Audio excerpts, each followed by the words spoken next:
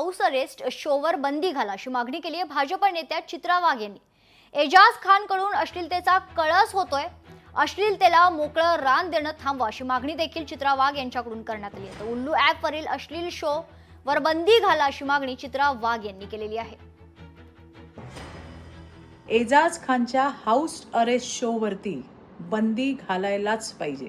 स्वतःला अभिनेता म्हणवणाऱ्या एजाज खानचा हाऊस अरेस्ट नावाचा शो हा केवळ अश्लीलतेचा कळस आहे।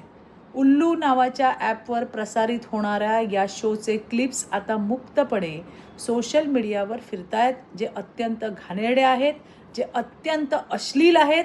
लहान मुलांच्या मोबाईलमध्ये अशा प्रकारचा कंटेंट अगदी सहजरित्याने पोहोचतोय।